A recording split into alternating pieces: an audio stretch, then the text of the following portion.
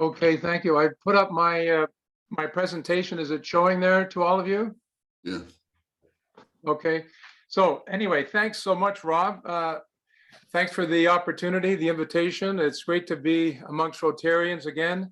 Great to see the Mullers. We missed them when we were in New Canaan, this fictional couple. In a couple of years ago, we missed the Mullers, but it's great It was to just see. before the pandemic, wasn't it? Yeah. Yeah, it was just like 2 years before. ago. Yeah, that's right. We escaped just in time and came back to Canada. We're launching here. But anyway, I see Vicky's face, but I can't see Gordon. I was very sorry to hear about the loss of that young fellow in your community. That's pretty devastating at that young age. Well, at any age, but particularly. But I know hockey can be a pretty rough and tumble game. And when I went to Johannesburg, I remember I arrived at my office and there was a knock on the door. And this chap introduced himself and he said, they play hockey here in Johannesburg.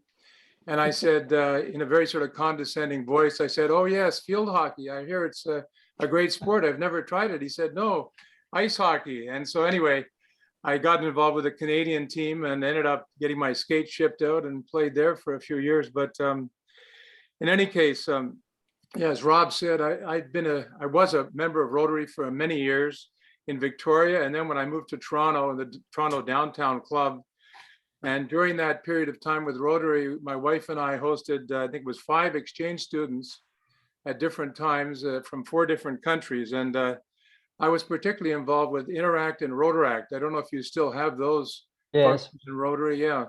So in any case, I noticed your club is celebrating 60 years. That's quite a milestone. And I noticed also your Lobster Fest, which sounds really, really interesting, except for me, it's a non-starter because I'm allergic to shellfish. But in any case, the 60-year celebration is more cheerful than the topic that I'm going to be getting into today, global corruption and money laundering. So how big is the problem? Well, of course, corruption and money laundering are clandestine activities. So when someone pays a bribe or takes a bribe, they don't fill in a form and send it to their local statistics branch. So it's difficult to estimate it in exact amounts, but there are a number of bodies that do these very, good educated estimates, and it's estimated at around 3.6 trillion a year, or about 3.6% of global GDP. And money laundered is just slightly below that because some of the corrupt money is just, well, it's not laundered offshore, or it's not even laundered locally. It's just put into the system. So the work that I do and the work that my colleagues do with the Global Organization of Parliamentarians Against Corruption, we have 1,000 members worldwide in 55 countries. We focus on what we call the grand corruption, not the petty bribery. $100 for a permit is bad enough, but we try to focus on the leaders of countries that are siphoning off millions and often billions of dollars. Let me give you some metrics. Nigeria's Anti-Corruption Commission reported not too long ago that the country's past rulers stole or misused $500 billion. That's equal to all the Western aid to Africa in 4 decades. Oh. In Africa, from the organization, the African Union itself, not from the IMF or the World Bank, those nasty people that are saying these horrible things. This is the African Union itself.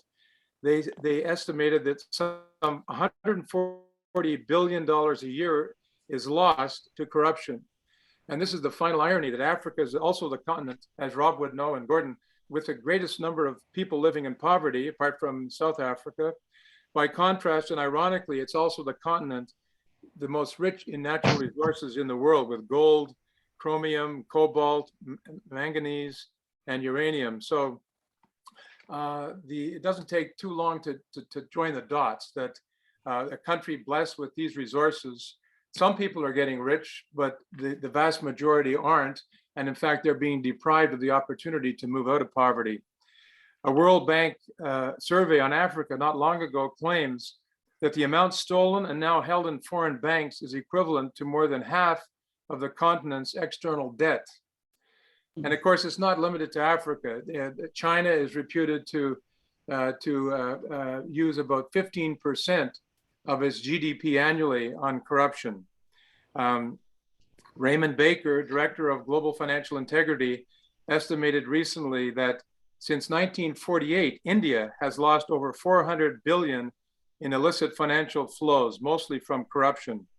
And WikiLeaks not long ago revealed via US diplomatic cables that bribery in Russia approximates $300 billion per year. And then you have some of the world's worst corrupt people.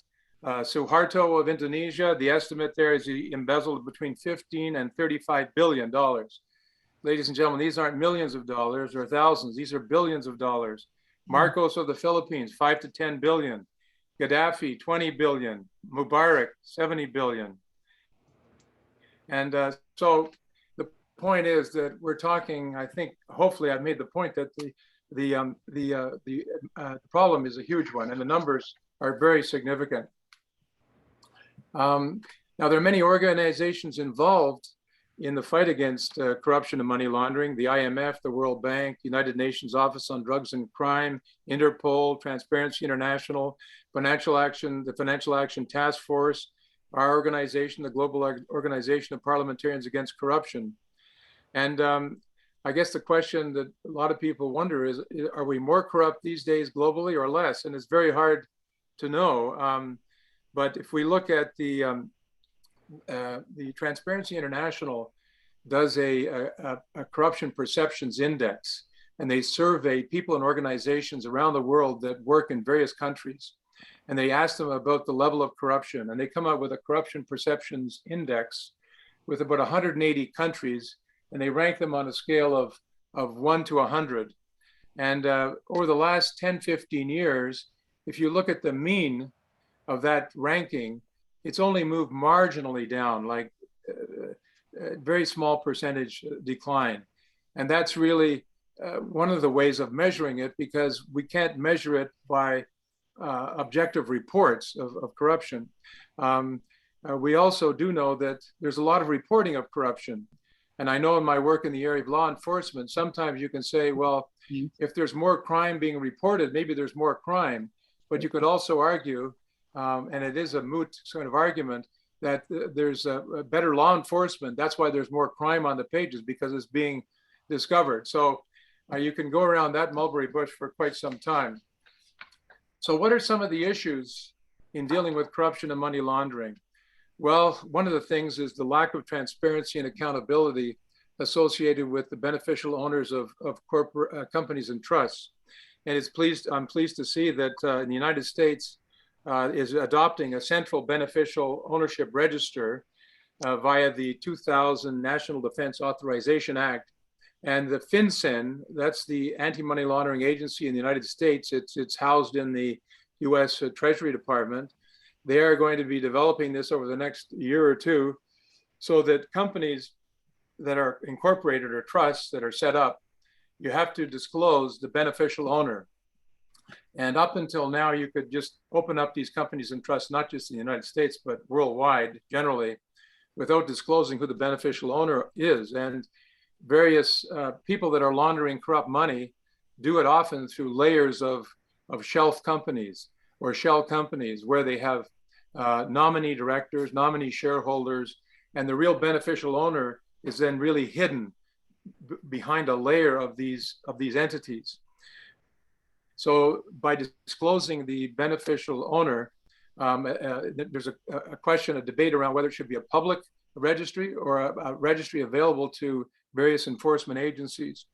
But with that, you have to have the due diligence that goes with it. So in other words, disclosing is the first step, but you have to have the resources behind that to check that the declarations are actually honest and truthful. And that's a big resourcing issue that has to be part of, and there have to be sanctions. If people make declarations that are subsequently proven to be false, they should be, the funds should be frozen and maybe ultimately confiscated. So there are a lot of countries are bringing in these beneficial ownership registries. But for example, in 2016, the United Kingdom was the first one to bring this in, and it was a public registry. So these declarations are open to the public. So the media, NGOs, civil society, if you want to call them that, would look at that and say, well, that doesn't make any sense. So they at least generate some discussion. But what they discovered in the United Kingdom when global an NGO looked at it and they discovered that a vast number of the disclosures were false. They'd have infants' names. They'd have declarations that there was no beneficial owner. I mean, even a shelf company has a beneficial owner. And so there were false declarations. So without the due diligence, it's not really going to be effective. I've written down here the difference between the executive branch, legislative branch, and judiciary.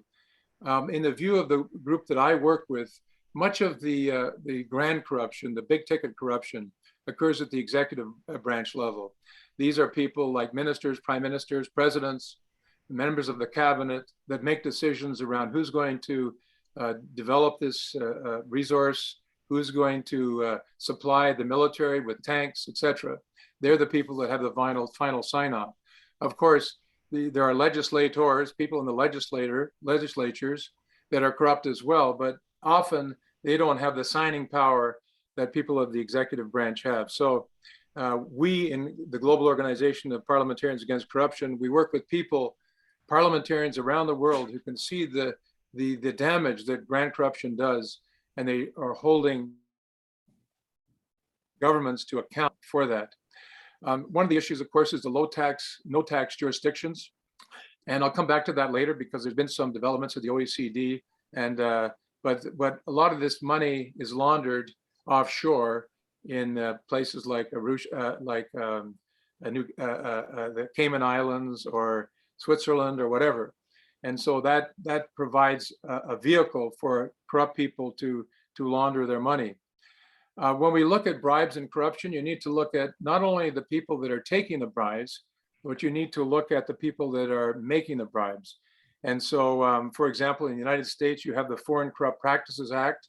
In Canada, we have the Corruption of Foreign Public Officials Act. And the legislation is there, but I think that the United States and Canada have not been as aggressive in making prosecutions under these acts. The UK has been a bit better, and actually the US is getting better at this. Canada is coming along a bit as well. But without it's fine to have the legislation, but if you're not enforcing it, it becomes a moot point as well. The other problem is the idea of financial intermediaries, banks, institutions, what have you. They're required under anti-money laundering laws and regulations to know their customer and do the due diligence. But that is not often done in a complete way. And when you think about it, there is an inherent conflict of interest. Someone comes into your bank and is waving a check to deposit for, let's say, $50 million, and you have to do the due diligence and know the customer. But do you get some flunky to go through the motions, or do you actually do it properly? And nowadays, of course, the banks and financial intermediaries are realizing that there's reputational risk associated with not doing it properly. So it's coming along to some extent. I think that part of the problem is that the public in general is losing trust in many governments and public officials. And in my judgment, a point that I've been making in various areas is that I think it explains part of the rise of populism, where people just look at their elected people and have lost faith in them. Some of them have betrayed the public trust that have been given to them. I run across a lot of cynicism. Roy, why are you doing this? You're batting your head against a brick wall. Corruption is always going to be around. It's endemic. It's a cultural issue. And the point is well taken, but it doesn't give us really, it shouldn't give us the right to just forget about it. In fact, we can't, because it's such a big problem. In the area of money laundering in particular, there are privacy constraints. Canada places a lot of emphasis on privacy and privacy laws. And when I shepherded in the anti-money laundering legislation in Canada, one of the issues I was briefed on that I'd hear from senators and members of parliament was this issue of privacy. Is that data going to be sent to the Internal Revenue Service in Canada, the Canada Revenue Agency? So there's that sort of thing to deal with. So why should we bother? Well, it's estimated that in today's world, just to start, 20,000 odd people perish every day from extreme poverty.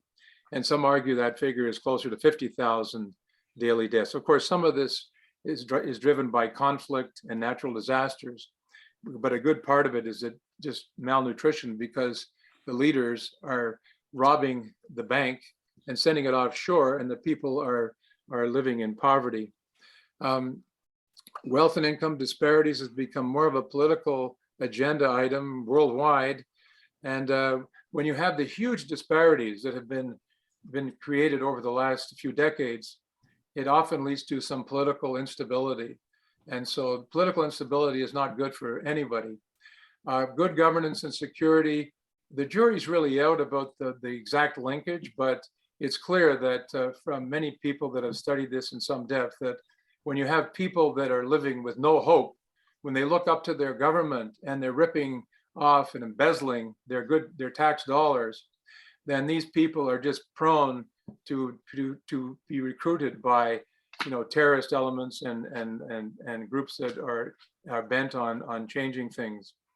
When we look at Transparency International in 2004 came up with a list of the worst corrupt leaders, and the total of the 10 leaders was about $45 billion that was embezzled. And when I looked at the World Bank and United Nations program costs, that kind of money could provide 112 million households with water, or it could build 108,000 kilometers of road. And the 108,000 kilometers of road would circumnavigate the world almost 3 times. And as we know, in Africa and other continents, infrastructure development is critical to accessing agricultural opportunities and resource development opportunities, et cetera. So the rotary 4-way test, I think grand corruption doesn't meet the 4-way test in my judgment. I'll leave it to you to discuss it, debate it, or come back at me with that. But I don't think it meets any of the tests.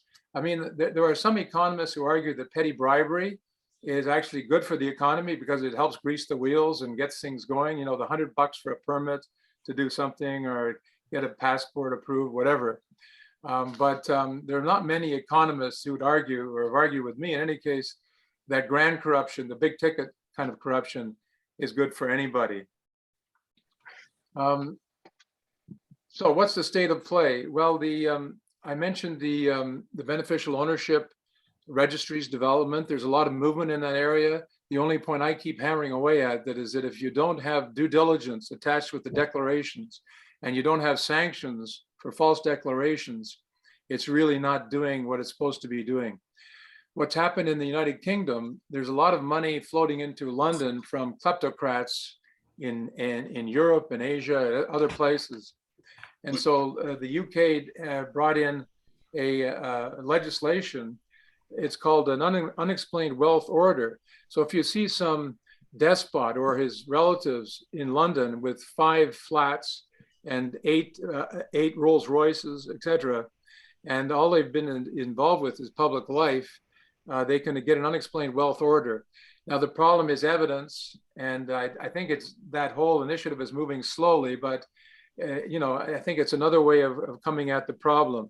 Of course, we have now cryptocurrencies, which are going to complicate things more in the future. But right now, what I'm hearing is that the criminal elements are still relying mostly on the traditional methods of money laundering, but that could change over time. And also, we're seeing central banks, the US Federal Reserve, I know, and the Bank of Canada, and the Bank of England and others are looking at developing central bank digital currencies to compete basically and provide a safer haven than cryptocurrencies. But it's probably fair to say that the criminal element won't be using the central bank digital currencies that often for obvious reasons. There's a group in Washington, D.C., headed up by a chap by the name of Raymond Baker, who I've worked with over the years. He formed a group called Global Financial Integrity. And they just had a task force where they brought in experts from all over the world to basically deal with the question, is the money laundering, are the money laundering regimes we have in place worldwide, are they actually working? And they came up with a number of recommendations. One was that it's not working all that well. And their recommendation was we need like a Manhattan-like project to really focus on this and come up with some alternatives. And they also said that they needed to use, this was directed mostly at FinCEN, which is the US anti-money laundering agency, but it applies really broadly across the world. They also argued that artificial intelligence, blockchain technologies need to be used more. So we need to use the technologies much more to our benefit. And finally, the way forward, there's a movement developing that's getting some support internationally to establish an international anti-corruption court, rather than using the International Criminal Court, which of course had ran into some disfavor in the United States and other locales, to set up an international anti-corruption court to prosecute corrupt people, grand corrupt people, the big ticket corrupt actors. And the reason for that, or one of the rationales, is that in many countries, and I've seen a lot of it, not only is the executive branch corrupt, and to some extent the legislative branch, but the judiciary is corrupt. So if the judiciary is corrupt, what are your chances of prosecuting people in the executive branch who are corrupt? So the idea here is to prosecute these people in a way similar to the ICC, but with a new setup. And it's getting a lot of support right now. And I think we're going to hear more about it. And I think it would be a good thing. The Global Organization of Parliamentarians Against Corruption, we worked on that many years ago and decided that we didn't have the resources to mobilize the support in the United Nations and other venues to make this happen. But until we find a better mousetrap, coming back to money laundering for a moment, until we find a better mousetrap from a Manhattan or some similar project, my recommendation is that we try to fix some of the current systems by adequately resourcing them, by doing the work that's required to ferret out money launderers, and also on the policy side. For example, in Canada, lawyers are exempt from reporting suspicious transactions to our financial intelligence unit. It was not part of the original legislation, but the lawyers in Canada took it to the Supreme Court of Canada, and the Supreme Court of Canada said that on the basis of lawyer-client privilege, lawyers are exempt from reporting suspicious transactions, which is a real weakness in our system. And in fact, in Britain, they've dealt with it a different way. Lawyers have to report to the law societies any suspicious transactions, and the law societies do some procedures around that. So it's basically to shelter the lawyer from solicitor-client privilege problems. The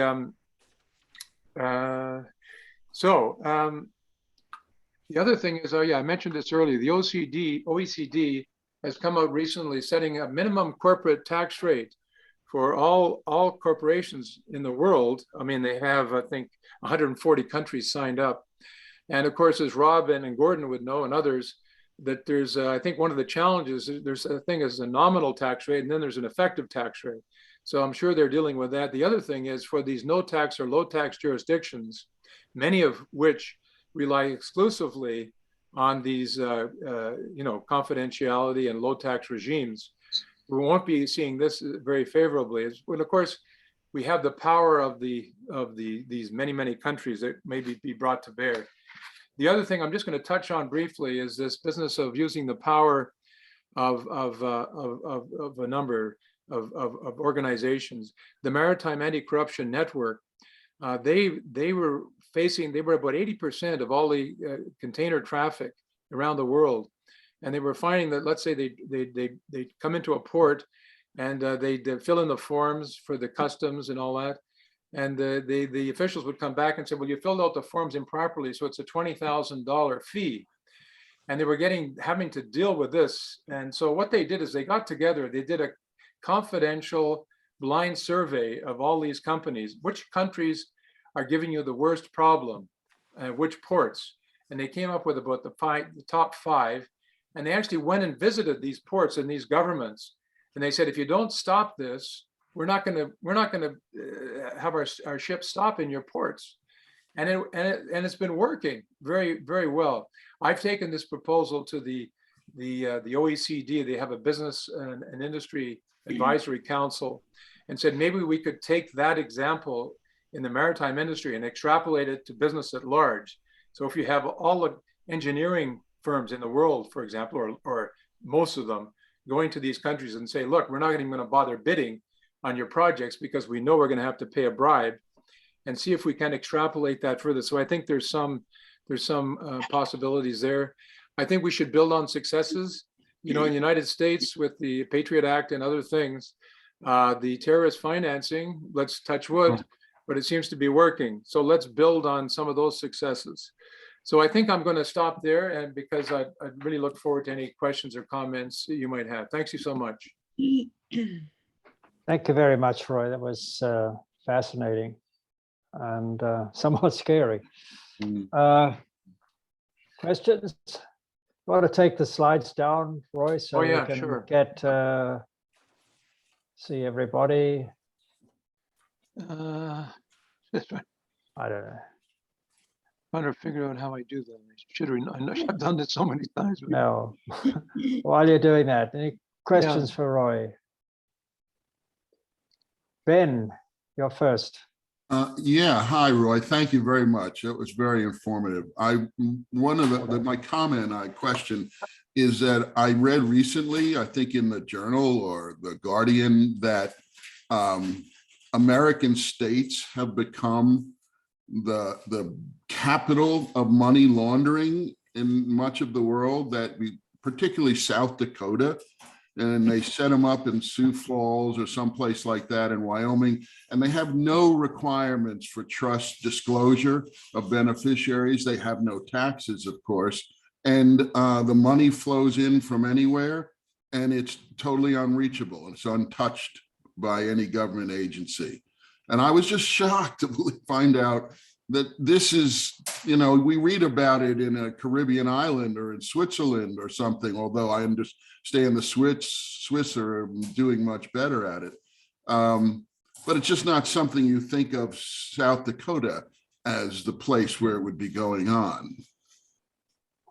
Yeah, no, in fact, that's one of the reasons that the US has brought in this legislation to implement a beneficial ownership registry, because yeah, I think the sad reality is that we tend to think of, you know, the Cayman Islands and Switzerland and what have you, but a lot of the dirty money is being laundered in New York, Toronto, Singapore, you name it. And a lot of it, you know, there's states like Delaware, South Dakota, where people will come in and, you know, for a couple of $100, they can set up a corporation or a trust, no questions asked.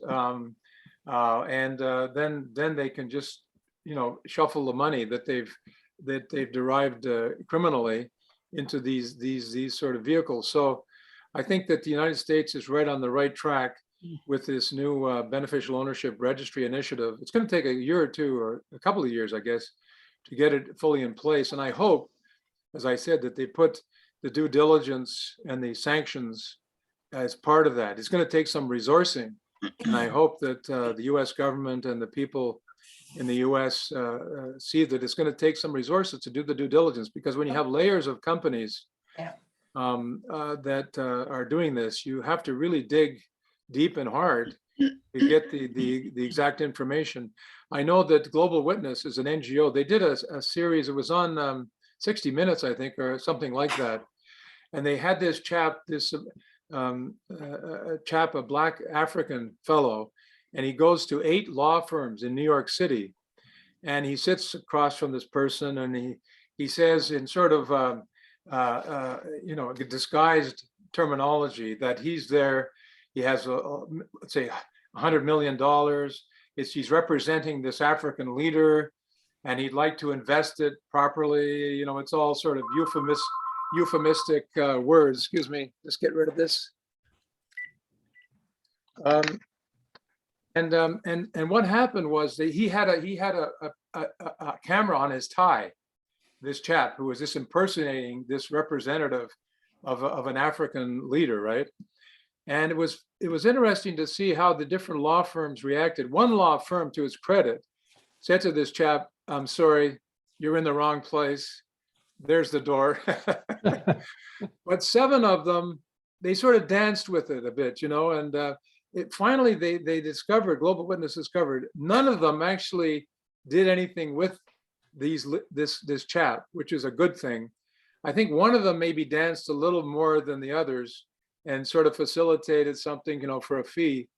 But I mean, it could happen in New York. I know it happens in Toronto, in Geneva, in Singapore. So the trick is to get this beneficial ownership registry and to have it solid so that people know where the money's coming from, and also enforcing the rules that you've got to know your customer and you've got to do the due diligence.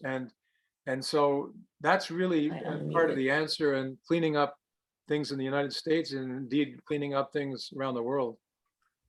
Roy, I have a question. I had read an article the other day about crypto, and they were talking about how it's kind of the wild, wild west. If I heard you correctly, you had said that at this point, that doesn't seem to be a major driver in some of this money laundering, but it would suggest to me that that's really going to grow, because there's no constraint on that. There seems to be no registration, no kind of delineation of this, and it seems like an ideal environment for money laundering. Yeah, I think you're absolutely right, Jane. I think it's going to grow, but it's going to take a special type of criminal, because, I mean, there are some risks that they might not want to be exposed to. Of course, I guess it's completely confidential, so they don't really risk that. Although with this blockchain technology, there might be ways of tracing that a little bit easier. But this is one of the reasons, for example, Mark Carney, he was governor of the Bank of Canada and governor of the Bank of England. He just wrote a book called Values. And in that book, he basically argues that the long-term future and longevity for blockchain technologies, not blockchain technologies, I should say, these cryptocurrencies, he doesn't see them playing a huge role because of the risks, because of the other factors. And but he argues that's why central banks around the world are developing digital currencies to provide an alternative to cryptocurrencies. But you're right. I mean, I think people that are involved, it's sort of a generational thing. My work in money laundering or fighting money laundering, most of that is happening. I'm sort of retired now, and cryptocurrencies is something that's not something that's really on my radar so much. But you're absolutely right. It's got to be watched very, very carefully, and because it is a potential huge vehicle that they could use. Yeah. Yeah, I don't understand anything about crypto, but I just had to ask because I'd seen that article. I'm I of think the same I think you're generation. right. I think you're right. In fact, they're using it now. I don't want to, Yeah. but the numbers I saw were quite small relatively to how much dirty money is out there. But it's growing. It is growing. Yeah. Thanks. Okay. Anything else? Good. Roy, just, sorry, did I see a hand? No. Keith? Yeah, I just had a quick question, comment. I read the Economist magazine.